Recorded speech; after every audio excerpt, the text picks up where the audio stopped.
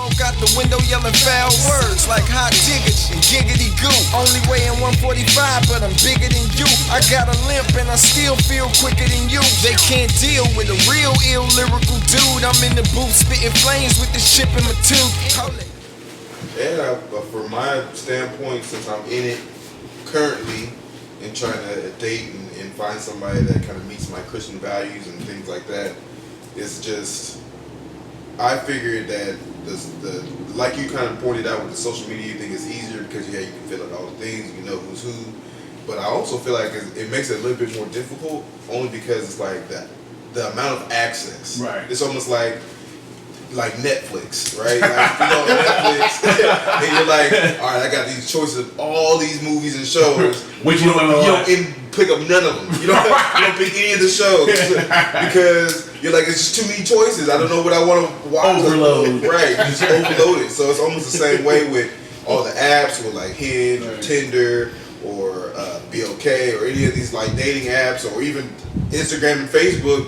Because you're just looking on here like, oh, she looks nice. Well, she looks nice too. Oh, she looks cool. Oh, I like what she looks. It's a smorgasbord. Right. It's just so many options, and you're like, how do I like filter it down? So we're like, okay, let's find out what you're about. Right. Let me figure out what you're going out, and then it's like.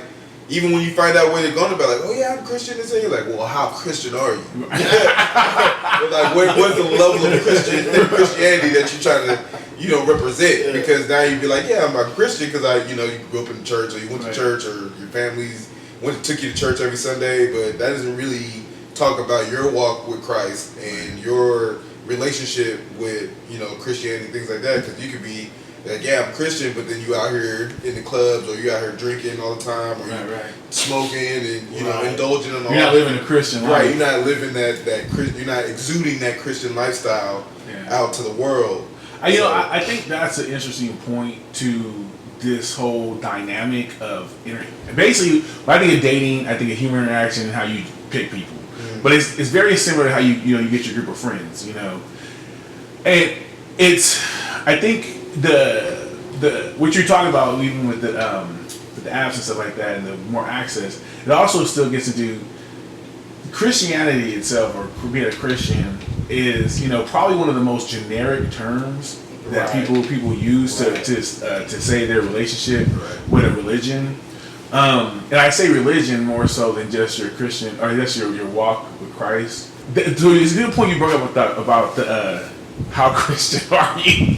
Because again, like you said, there's so many that term is now it just seems so generic. Yeah. So, but I still think though it's again. I think the buffet analogy is a good analogy.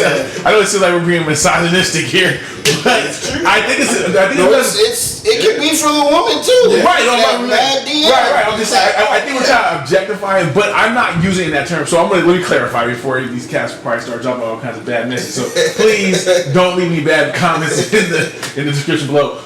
Nevertheless, I'm gonna say this is that I think it's when you go to a buffet, and this is the funny thing, buffet doesn't mean all you can eat. You know what I'm saying? Buffet means you can pick the stuff you want for your plate. Right. But when you go up there, there's a lot of different things, and honestly, I think dating should be like a buffet.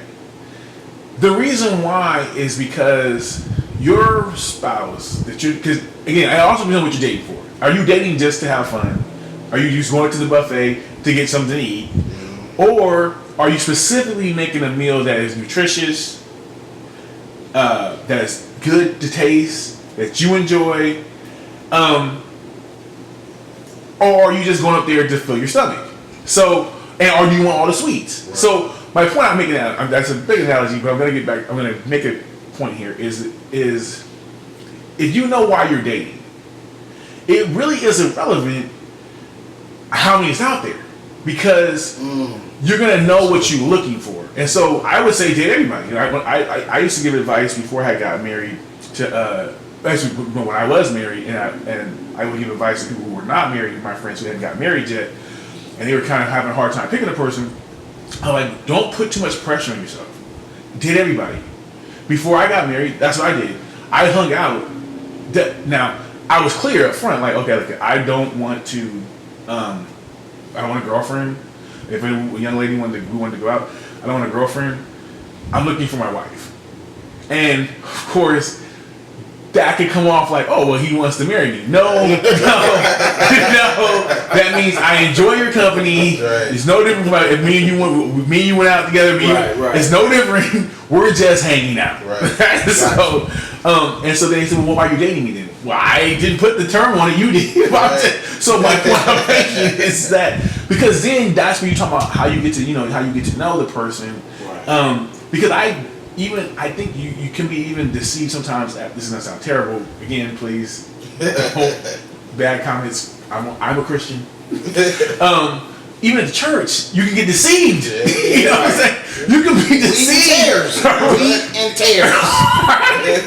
So my point is, I think the more you have out there to choose, the more you can hone in what you want and what God is actually speaking to you. You know, I think that's really the biggest thing. So I don't think, I get why you're saying that it's harder, but it depends on what you're looking for. Right. And if you're upfront. Thanks for watching. Be sure to like, comment, and subscribe. And for more Mind Shift, make sure to check us out on Instagram and Facebook.